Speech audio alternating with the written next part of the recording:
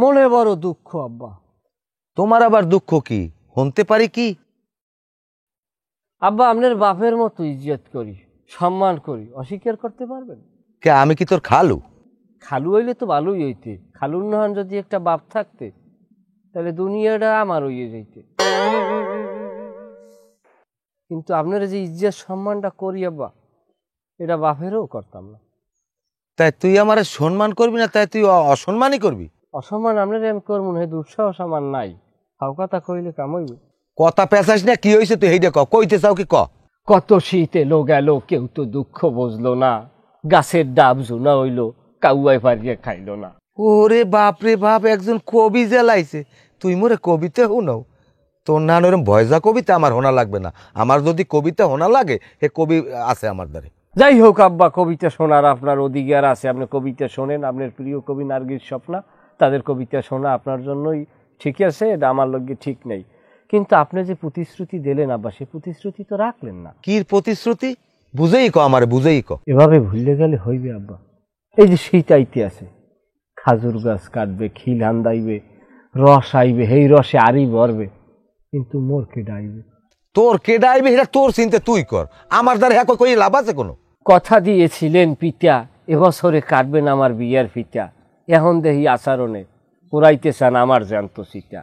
কি এমন অন্যায় করেছিলাম পিতা, আমি কি এমন অন্যায় করেছিলাম? আজকের 12টা বছর একের পর এক আপনি প্রতিশ্রুতি দেন, প্রত্যেক বছর কারণ গেদু একটু কামড় খাই থাক, গেদু একটু কামড় খাই থাক, একটা বছর কামড় খা, একটা বছর কামড় খা। এই মোষটে বেচছিল, এই গরু হইলে মোষ বিয়ায়, গরু বিয়ায়, ছাগল বিয়ায়, বেচেন, ই হরেন, এই করেন, সেই করেন। বছরের পর বছর যায়, মাস ঘুরিয়া মাস আয়, আমার কোনো কাম হয় না।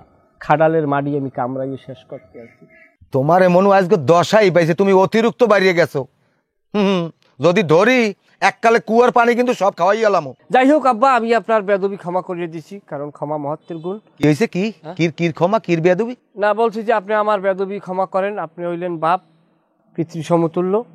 আপনাকে একটা কথা বলতে চাই পিতা।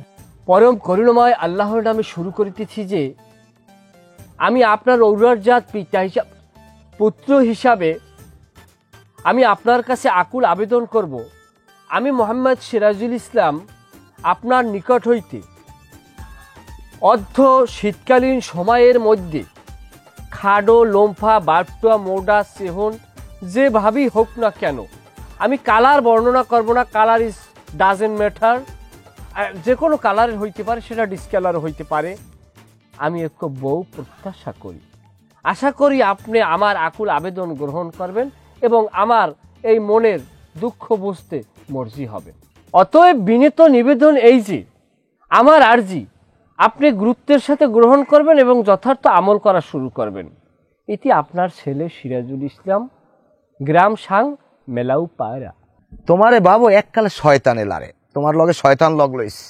এ হালার পালা, তোর কোনো আক্কল জ্ঞান আছে? আয় এই মহিষ গরু ছাগলের আমি ঠিক মতো খাওয়ান দিতে পারি না, পরের বাড়ি মাইয়া আনি আমি কি খাওয়াবো? আয়, এইটা কোনো কথা বলে না বা? গরু মহিষ ছাগলের লাগে আমার বউকে আপনি তুলনা করতে পারেন না। তা কি লেগে তুলনা করবো? কি লেগে তুলনা করবো? খাওয়ানটা কি আকাশ পুরি আয়? আপনি আমার আমি যেটা কইছি আপনি এইটা ফলান। এইবার দেখেন, আপনি খাওয়ান লাগবে না। আপনি আমার যে প্লেটে ভাত দেবেন না, সেই এক প্লেট ভাত আমি আমার বউর লোক ভাগ করে খাবো।